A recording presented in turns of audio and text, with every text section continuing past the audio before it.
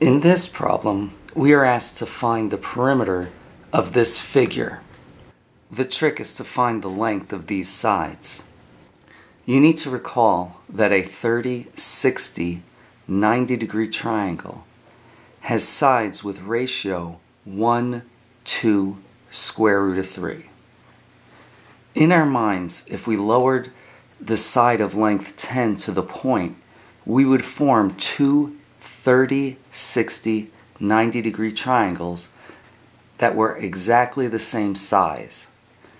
Therefore, the side of length 10 would be split into two different sides of length 5 each.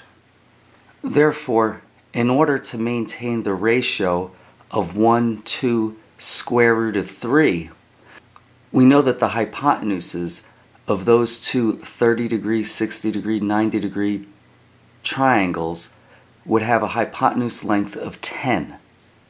And that's all we need to solve the problem.